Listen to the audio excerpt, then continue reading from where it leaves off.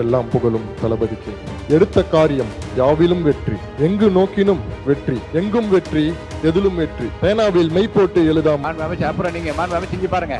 மனிதவள மேலாண்மைத்துறை அமைச்சர் அவர்கள். எல்லாம் புகழும் தளபதிக்கு.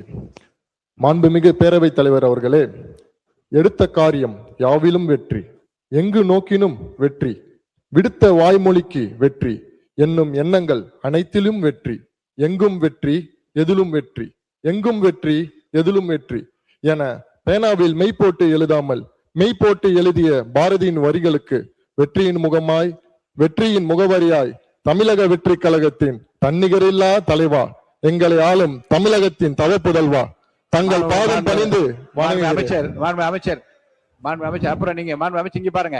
மனிதவள மேலாண்மை துறை மானிய கோரிக்கை எண் 35.